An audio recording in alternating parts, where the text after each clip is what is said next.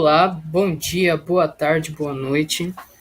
Eu vou fazer aqui um trabalho que foi proposto, que é fazer a tarefa sobre uma aplicação microprocessada que utiliza pelo menos uma entrada e uma saída digital.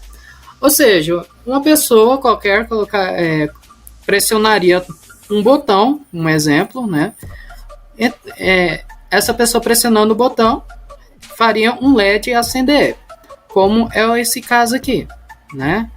A pessoa vinha aqui e o LED acendia e ficava pressionado e ela ficava acesa. Só que a minha ideia foi um pouco diferente. A minha ideia consistiu em pegar um botão qualquer, a pessoa colocaria, ela apertaria e com isso ela faria uma contagem de 1 até o 9. Com isso eu usaria um display de 7 segmentos, como é esse caso aqui. O usuário vai pressionar aqui e cada vez que ele ficar pressionando, o display vai fazendo a contagem do 1 até o 9. E quando chegasse no 9, ele voltaria para o número 1. Muito bem. Para isso, eu utilizei o microcontrolador o microcontrolador PIC 16F84A, né? Aqui está todas as pinagens. Com isso, lá na simulação que eu utilizei, eu vou usar o RA0 como uma entrada e do RB0 até o RB6 como saída. Ou seja, o RA0 vai ser input e o RB0 até o RB6 vai ser output. Com isso, eu usei a linha de código aqui na IDE MPLAB com Assembly, né? Usando a linguagem Assembly.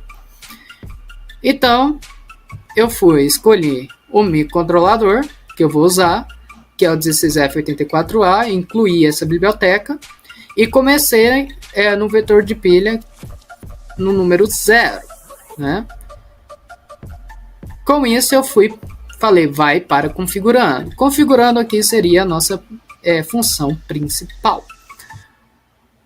Na função aqui, configurando, eu selecionei o banco 0, né? Eu escolhi o banco 0. Por que o banco 0?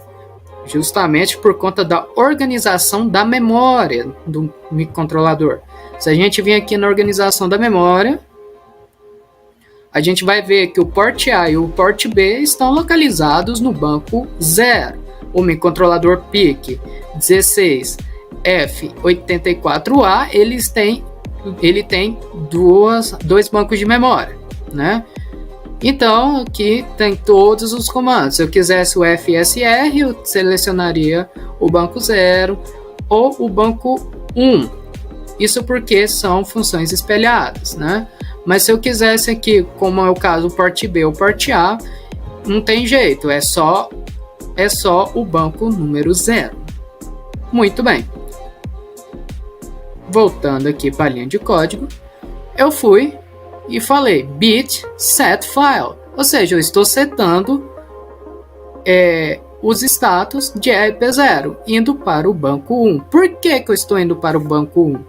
Porque através do banco 1, voltando aqui, o banco 1 ele é responsável pelo tris A e o tris B.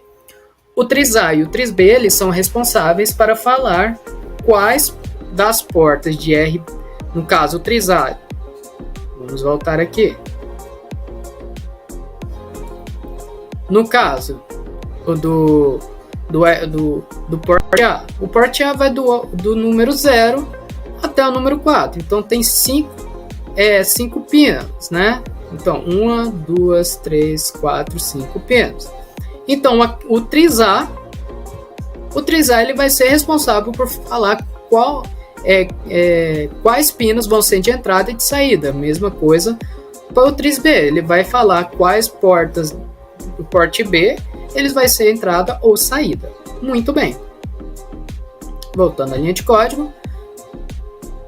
Então eu movi esse literal de 0, 0, 0, tudo 0, né, para o literal, para o registrador work. Movi esse literal para o work, move literal work. Com isso eu fui mover esse move work file e movi esse work para o file. A partir desse momento eu estou falando que todas as portas, todos os ports B vão ser output. Então aqui eu coloca todos os pinos como output. Semelhantemente eu fiz isso para o 3A.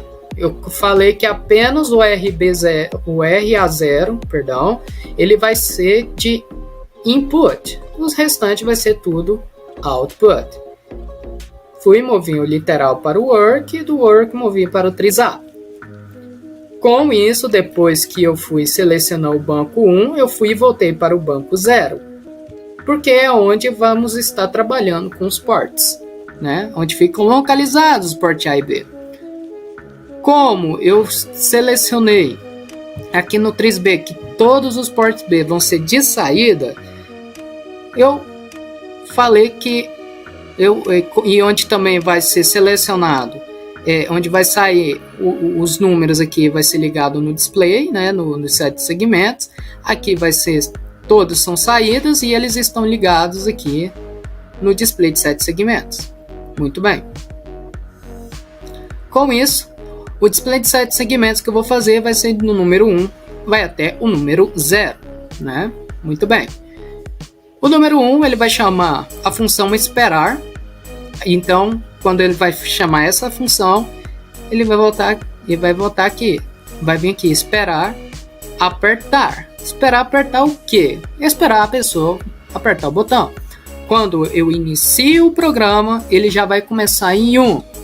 Então ele vai ficar esperando. Então ele vai falar assim, olha, essa função vai fazer a seguinte função. Olha, o usuário está pressionando, a pessoa vai falar, o microcontrolador não. Então eu vou falar, então não faça nada, só fica, coloca o número que está salvo aí.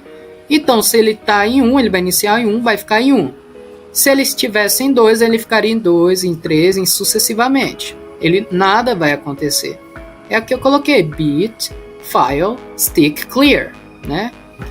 E depois, quando isso acontecer, ele vai para o go to esperar. Então ele vai ficar esperando isso. Então isso aqui vai ficar retornando, ficar várias e várias vezes até alguém pressionar.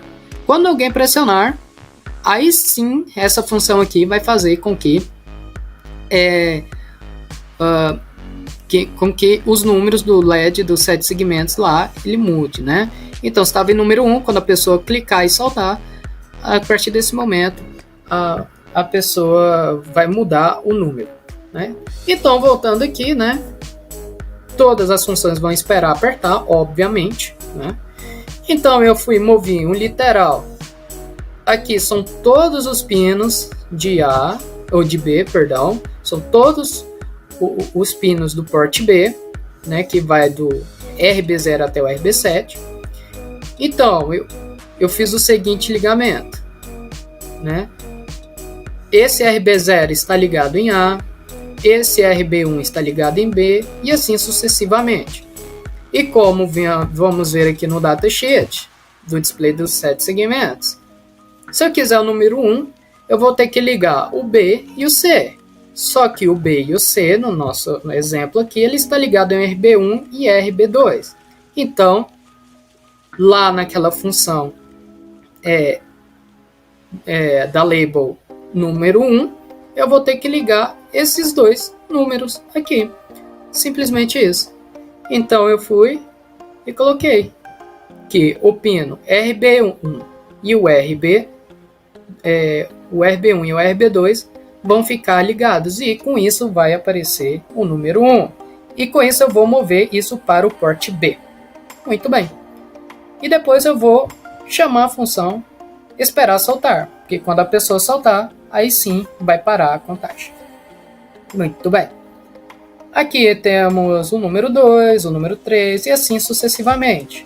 Quando chegar no número 9, vai ter as mesmas coisas, as mesmas funções, só que quando chegar no número 9 não tem o número 10, então a gente vai voltar para o número 1.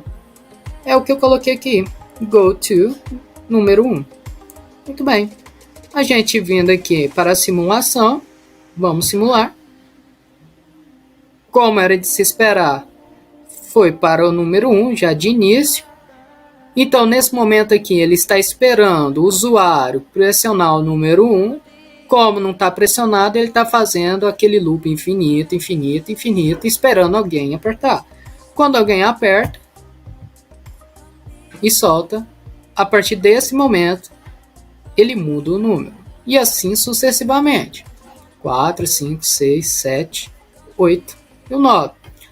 Como não tem o número 10, a gente vai voltar para o número 1. Né? Então é isso. Espero que tenha entendido, professor. Muito obrigado pela atenção e até mais.